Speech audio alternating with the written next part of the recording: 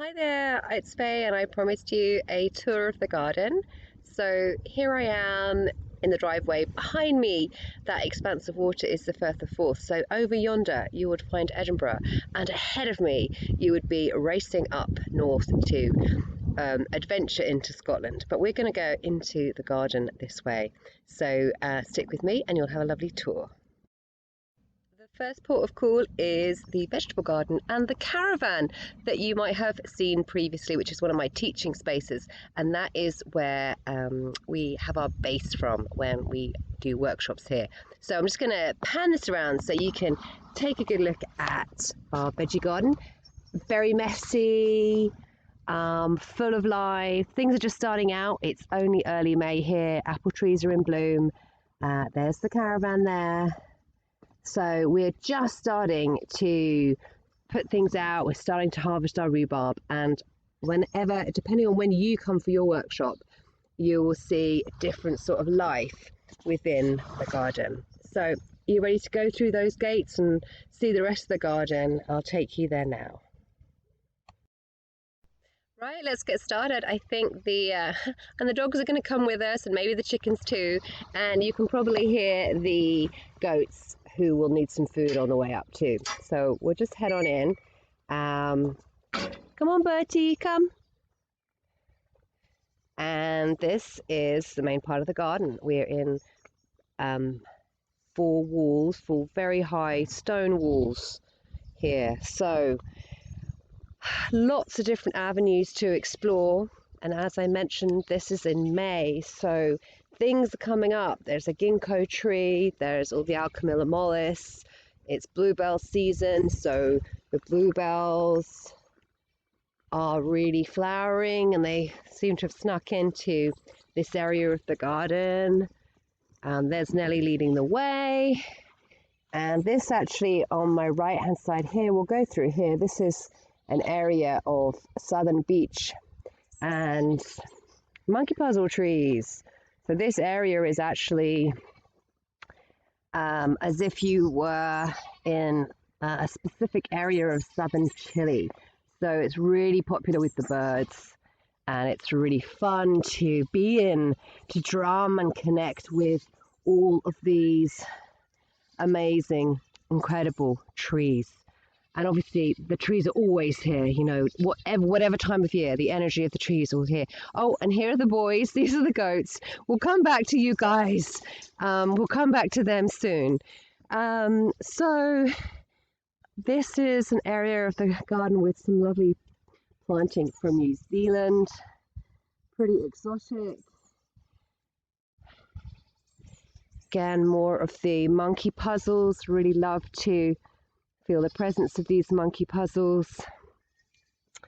We have in front of us, opening out here, is a really beautiful area at this time of year. We have the cherry blossom and the magnolia blossom, as you can see. We have our polytunnel here, which is, again, we're at the start of the season, so it's not in full swing yet. And then if you turn here, you'll see the ponds, the main ponds feature of the garden, and then the key from this, the energy, the chi is pretty phenomenal. So we'll go down here. This is one of my favorite little paths in the garden. The garden is full of these little paths, so it's full of places for you to go and be chosen by a plant and sit with a plant and meditate and tune in. And there's always something of interest in this garden. It was so well planned, it was very well thought out by this, the late German botanist, Mrs. McHardy, Ursula McHardy. So these plants, as you can see, we don't keep the garden in tip-top, pristine, you know, buttons and braces kind of form. We are, you know, I speak to the plants. We are on a journey with them. So this garden is having a new story with us. And you can probably see a lot of brown at this time of year. A lot of plants died this winter. We had a really interesting winter. This magnolia always looks incredible. And that broom is really incredible at this time of year too. So we're still always really, not still, but always learning and growing with the garden. Listening, observing, sometimes completely missing it. You know, we just do, don't you? You just do. It's life. So this is the place to come and explore and be with the plants, and such a variety of plants, and many that you just wouldn't necessarily expect to find in Scotland, let alone in your back garden. So I'll lead you now into one of my special sacred spots. This is in the eucalyptus grove, so this is in the Australasia planted area of the garden. Again, you can see these tree ferns ahead of me, not looking very well. We did have a really strange winter, as you see. This one looks like it's going to come through, and I think the other one will too. We lost one last year. Oh, I'm so delighted. I've just seen an oak sapling. They always make my heart sing. We have some really exotic trees here. Those are Willemmy pines, a very unusual variety of tree. And then we have some of these incredible eucalyptus in this grove. And again, where it's beautiful to drum from. The dog's just discovered something I'd hidden from her, so she's going to be chewing on that now while I walk around. That's a great space to sit and contemplate and look down, and again you can see the sea from here as well, so it's lovely to come in the morning. It's lovely and still, or just any time of the day. And obviously the advantage of being in the trees is that in Scottish weather you can be very, very sheltered. Hello Nellie, there she is. Yeah, we see you with that thing you're not supposed to have in your mouth. So there's another seated area here again to sit and contemplate. And if I stand up here and spin us around, you'll see why you might want to sit up here, because you get the full expanse of the garden. There you go, Nellie modelling for us as well. Get the lovely ponds, and you can see the sea and this great breadth of what's going on here. And there's Bertie coming up to say hi, and there the boys are again, always wanting some action, always wanting some cuddles and some food. So we'll go down, show you another part of the garden. Again, all of this is, it's all evolving, it's all growing, it looks different every year. If you come for a workshop one year, you'll see it completely, not completely change, but you'll see it change from year to year, because it's growing, it's moving, and we're listening. And like I said, plants don't always make it. Despite your best intentions, you're doing everything you can. And I put some new ones in. This is planted with loads of bulbs that you would find in South Africa.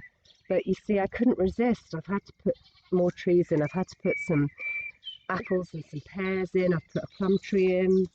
Put a cherry tree in, because so you can see those new trees, and I've mulched them. I've got cardboard around them, just because there's so many plants at the moment. So there's plants that we're trying to shift. We've got a lot of invasive grass and thistles. Thankfully the goats can eat this for us, so we've been really lucky in terms of you know, using this, feeling that we're using the resources. And not just weeding for weeding's sake so it looks pretty, because you can see it doesn't necessarily look neat and tidy. It looks living and growing and moving. Leave it, Nellie. Nope, come on. There we go. Dog just about to get into something she's not allowed to get into. And again, here you can see another seating area that we're working on. Again, because just to sit and contemplate and be in this area is special, and each of these different areas have a different feeling. They have a different frequency. This tree in front of us is an amazing hawthorn. That is one of the few existing trees, or trees which was here and didn't get moved, or if you like, thrown out when the botanist came and put these exotic plants in. Again, you can see here we're still working on a pathway here, because there's been a few things moved around, and we've got a couple of beehives on this wall. Again, these walls get really hot, even in Scotland. That's why I've got these fruit trees against them. And but you can see, yeah, we've it's not all pretty.